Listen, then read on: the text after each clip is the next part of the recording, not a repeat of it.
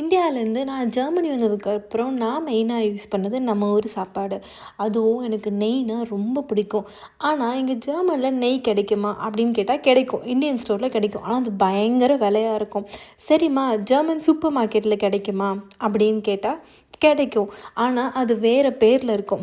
இந்த ஸ்க்ரீன்ஷாட்டில் இருக்கிறது கீ, அதாவது இது டிஎம்மில் இருக்கும். இது வந்து 5 €. இது பட்டர்ஸ்மால்ஸ், இது சூப்பர் மார்க்கெட்டில் இருக்கும். இதுவும் கிட்டத்தட்ட 5 € பக்கம் இருக்கும்.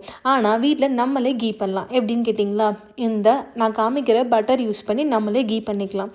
இது இல்லாமல் சில பிளான் பேஸ்ட் பட்டரும் இருக்கும். அதெல்லாம் யூஸ் பண்ணிங்கன்னா கீ ஒரு மாதிரி ஸ்மெல் வரும். ப்ளஸ் அது நல்லாவும் இருக்காது, நம்ம ஒரு டேஸ்ட்டும் இருக்காது. ஸோ நான் இது வரைக்கும் எக்ஸ்பீரியன்ஸ் பண்ணதில் இந்த பட்டர் தான் வந்து நெய் பண்ணுறதுக்கு பெஸ்ட் பட்டராக இருக்குது. இதை வந்து நீங்கள் பேனில் போட்டு கொஞ்சம் மெல்ட் ஆன உடனேவே நீங்கள் வந்து நம்ம ஊர் நெய் வாசத்தை வந்து எக்ஸ்பீரியன்ஸ் பண்ணலாம். என்கிட்ட வந்து வேறு பாத்திரம் இல்லை, ஸோ அந்த சாஸ் பேனில் பண்ணுறேன். நீங்கள் உங்களுக்கு விருப்பப்பட்ட ஒரு கெட்டியான பாத்திரத்தில் வந்து பட்டரை போட்டு மெல்ட் பண்ணிக்கலாம். இது மெல்ட் ஆகுறப்பயே உங்களுக்கு வந்து தெரியும் நம்ம ஊர் நெய் மாதிரி இருக்கே அப்படின்னு.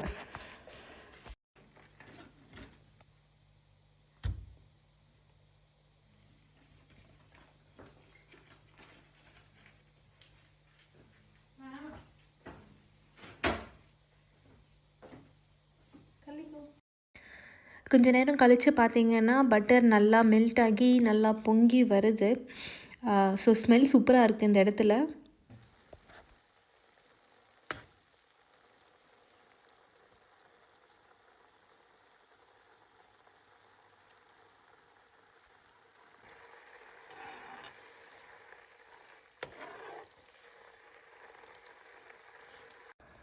ஸோ இந்த ஒயிட் கலர் கசரெல்லாம் செட்டில் ஆனோடனே சில பேர் வந்து எதுவுமே போடாமல் நெய் வந்து இறக்கிடுவாங்க. ஆனால் நான் வந்து என்ன பண்ணுவேன்னா, என்கிட்ட இருக்க ட்ரைடு கருவேப்பில் இல்லைனா வந்து கொஞ்சம் எனக்கு ஃப்ரெஷ்ஷாக இருந்ததுன்னா அதையும் போட்டு ஒரு 2 மினிட்ஸ் நல்லா கொதிக்க விட்டு நான் இறக்குவேன். ஸோ இது கொதிக்கட்டும்.